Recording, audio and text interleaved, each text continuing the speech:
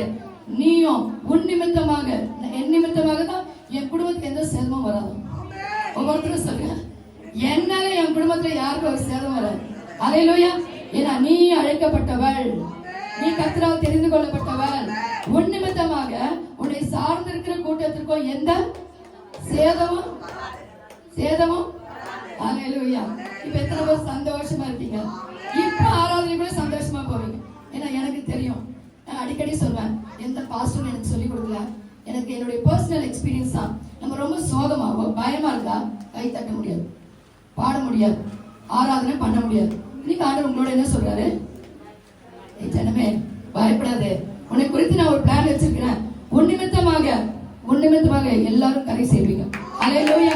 நீ நினைக்கிறது, நீ எண்ணுகிறது எல்லாம் நிறைவேறும். ஆண்டவர் அப்படியே விசுவாசிங்க. நம் நிமித்தமாக எல்லாரும் கரை